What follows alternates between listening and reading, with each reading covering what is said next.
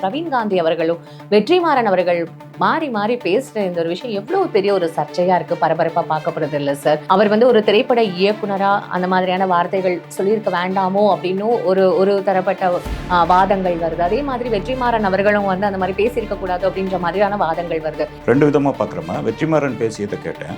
வெற்றிமாறன் இந்திய கட்டமைப்புல அல்லது இந்திய சூழல்ல அவங்க சொல்ற சாதி இல்லை அப்படிங்க சொல்றாங்க. அவங்க இந்தியாவில தான் வாழ்றாங்களா அல்லது வேற உலகத்துல வாழ்றாங்களா அப்படின்னு எனக்கு தெரியல அப்படின்னு அவர் கடந்து போயிட்டார். அது அவருடைய பெருந்தன்மை.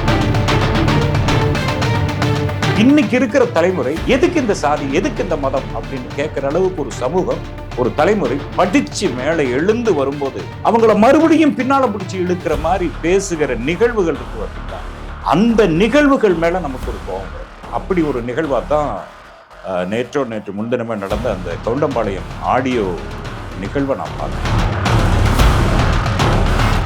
நாடக காதல் இவங்க திருப்பி சொல்றாங்களே, அந்த நாடக காதலுக்கான வரைமுறை என்ன? பொது வெளியில நான் கேட்கல, அவங்களுக்கு தெரிஞ்ச லாங்குவேஜ்லயே நான் கேட்கிறேன். எம்ஜிஆர் வேற சமூகம், விஎன் ஜானகி வேற சமூகம்.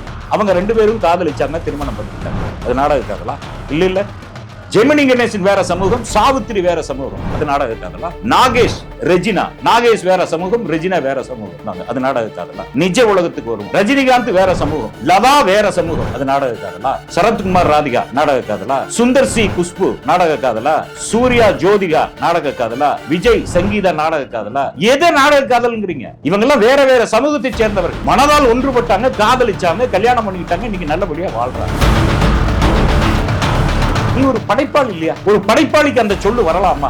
உன் படத்துல காதல் இல்லையா? ரட்சகன் படத்துல காதல் இல்லையா? ஜோடி படத்துல காதல் இல்லையா?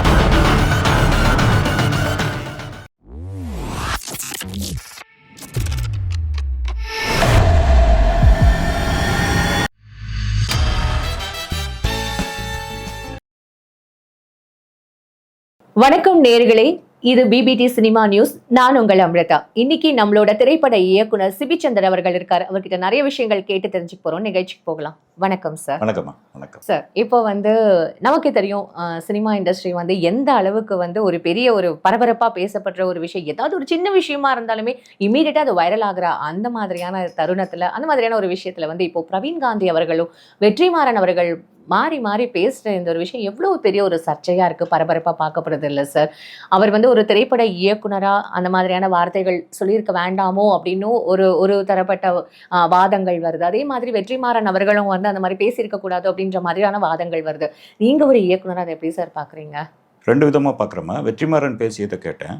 வெற்றிமாறன் இந்திய கட்டமைப்புல அல்லது இந்திய சூழல்ல அவங்க சொல்ற சாதி இல்லை அப்படிங்க சொல்கிறாங்க.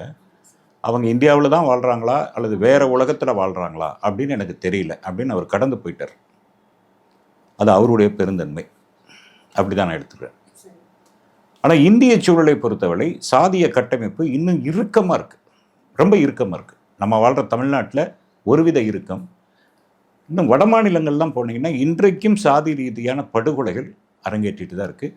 கடந்த ஒரு மாதத்திற்கு முன்பாக கூட பொதுக்குளத்தில் தண்ணி எடுத்துட்டான்னு சொல்லி ஒரு பொண்ணை நடுரோட்டில் தூக்கிலேற்றிய கொடுமையெல்லாம் நடந்தது.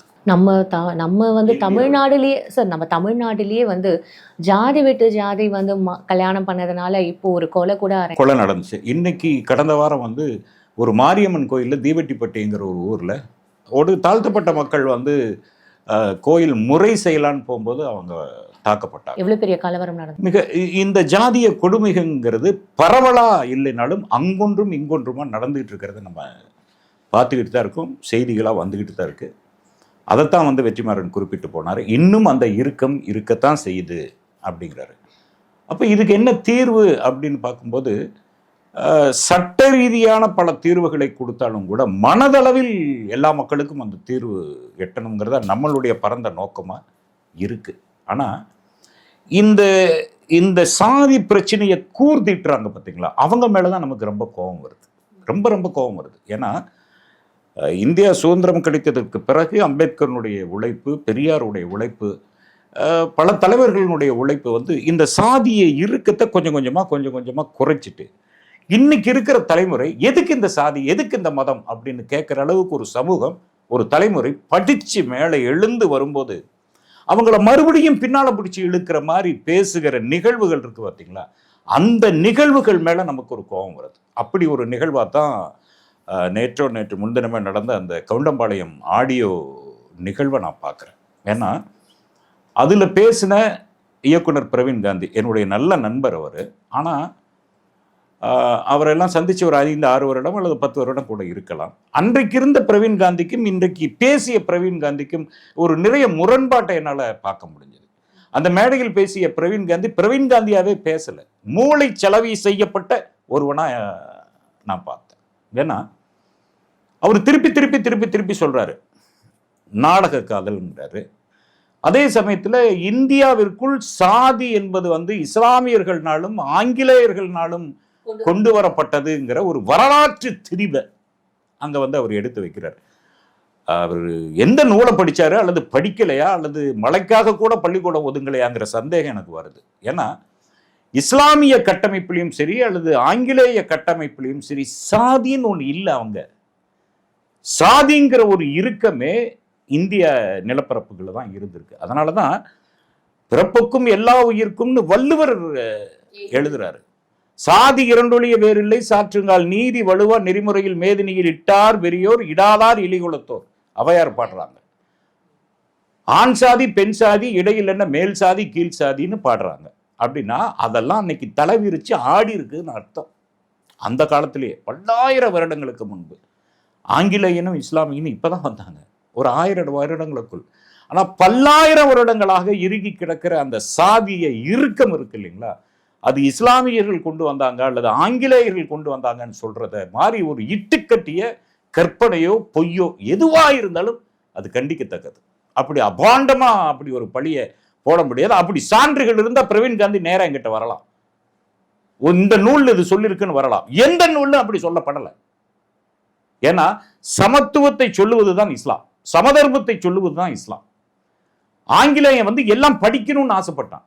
ஆனா இந்த சாதிய இறுக்கம் இருக்கு இல்லையா, பார்ப்பனிய கட்டமைப்புன்னு சொல்றோம் இல்லையா, அந்த கட்டமைப்பு ஒரு சாரார் படிக்கவே கூடாதுன்னு சொன்னது அந்த கட்டமைப்பு.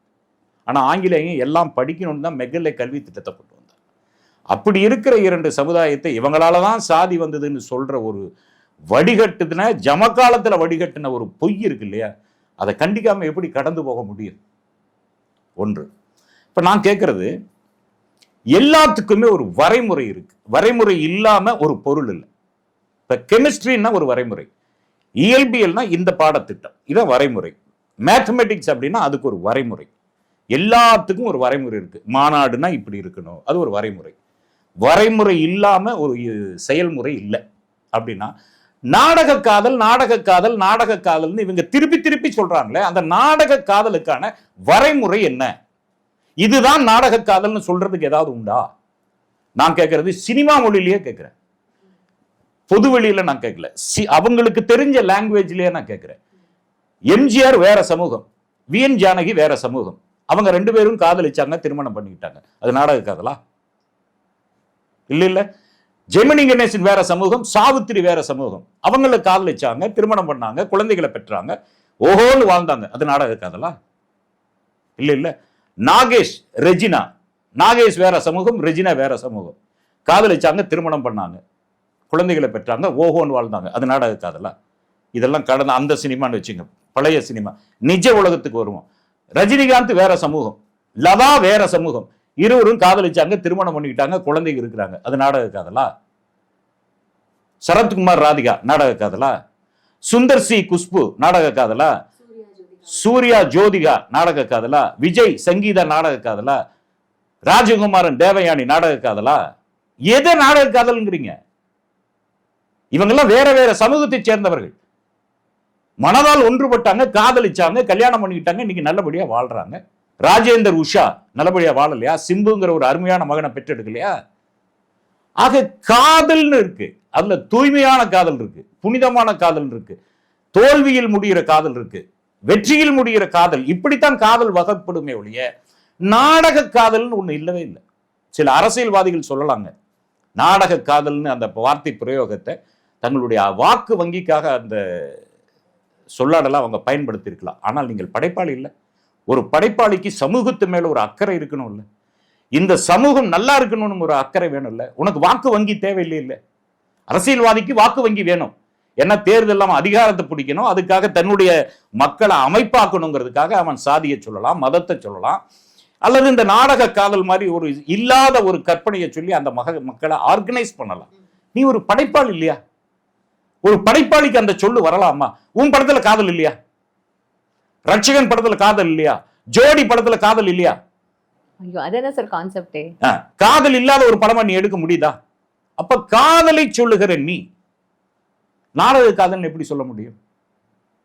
அலைகள் எழுதல்னு ஒரு படங்க. ஒரு உதாரணத்துக்கு பாரதராஜா, இன்னைக்கு இருக்கிற பல இயக்குனர்களுக்கு முன்னுதாரணமான ஒரு இயக்குனர் பாரதராஜா. கார்த்திக் ஒரு வேற சமுதாயம், ராதா வேற சமுதாயம். அவங்க காதலுக்குள்ள எதிர்ப்பு வருது. எங்களுக்கு சாதியும் வேண்டாம் மதமும் வேண்டாம்னு சிலுவையும் பூநூலையும் அத்து போட்டாங்க. எவ்வளவு பெரிய ஹிட் அந்த படம். அப்படி ஒரு சமதர்மத்தை படைப்பாளி பேசணுமா இல்லையா?